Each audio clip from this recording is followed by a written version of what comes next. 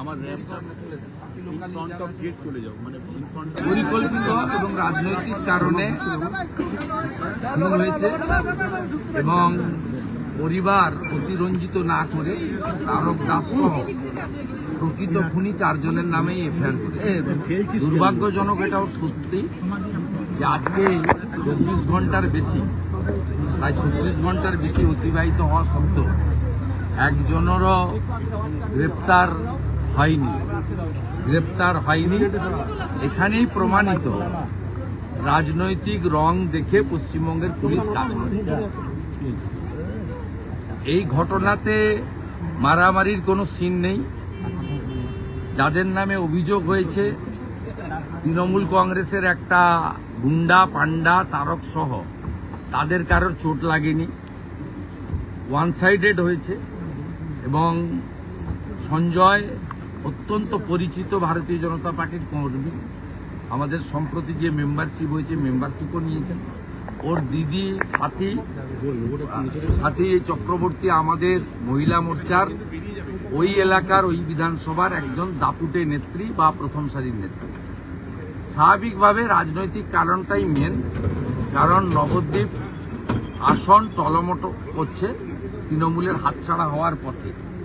লোকসভাতে রোহিঙ্গা বাংলাদেশি মুসলিম অবৈধ অনুপ্রবেশকারী ছাপ্পা ভয় দেখিয়ে মাত্র 6000-এর গ্যাপ। ওরা জানে এসআইআর হওয়ার পরে ওরা 20,000 ভোটে নবদ্বীপে হারবে। তাই এই ধরনের তাজা কর্মীদেরকে খুন করে যে যুবকরা পশ্চিমবঙ্গ বিজেপির প্রধান হাতিয়ার বা স্তম্ভ, এই যুবকদেরকে ভয় দেখিয়ে দিতে চায়।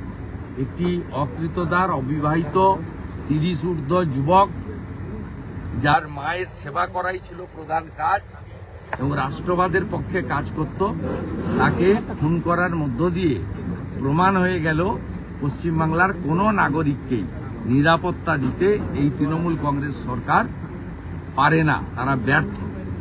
আর 4 জনের বিরুদ্ধে এফআইআর হয়েছে, তাদেরকে এখনো পর্যন্ত গ্রেপ্তার করা যায়নি বা উদ্যোগ নেওয়া হয়নি। এর মধ্য দিয়ে প্রমাণিত রাজনৈতিক রং দেখে, ধর্ম দেখে পশ্চিমবঙ্গের পুলিশ কাজ করে।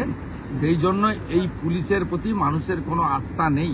তাই পরিবার নবদ্বীপ আদালতে গিয়ে এখানে কল্যাণী এইমসের দ্বারা পোস্টমর্টম করিয়েছে। এই রাজ্যের পুলিশ মন্ত্রী হিসেবে মমতা ব্যানার্জি শুধু ব্যর্থ নন, স্বাস্থ্যমন্ত্রী হিসেবেও যে ব্যর্থ। আজকে কেন্দ্রীয় সরকারের এইমসে পোস্টমর্টমের পরিবারের দাবি এবং সেটা করানোর মধ্য দিয়ে আরেকবার সিবিআই তদন্তের দাবি করে 4 জনের নামে এফআইআর হয়েছে।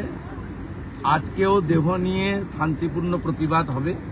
জেলা সভানেত্রী অপর্ণা নন্দী এবং সাংসদ জগন্নাথ সরকার সহ অবিভক্ত নদিয়া জেলার, মানে সাংগঠনিকভাবে সমস্ত বিধায়করা, ওপারের অর্জুন বিশ্বাস সভাপতি, এপারের অপর্ণা সহ সকলে করবেন।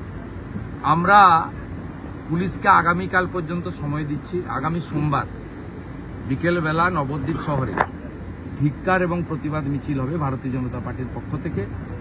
তার মধ্যেও যদি ব্যবস্থা না হয়, ওখানে একটি দলদাস এসপি আছে, আর এটা কৃষ্ণনগর পুলিশ ডিস্ট্রিক্টের মধ্যে পড়ে, অমরনাথ কে বলে, তার বিরুদ্ধেও কৃষ্ণনগরে এসপি অফিস অভিযান আমরা করব। সেটা সোমবার বিকালে মঞ্চ থেকে আমরা ডিটেলসে ঘোষণা করব।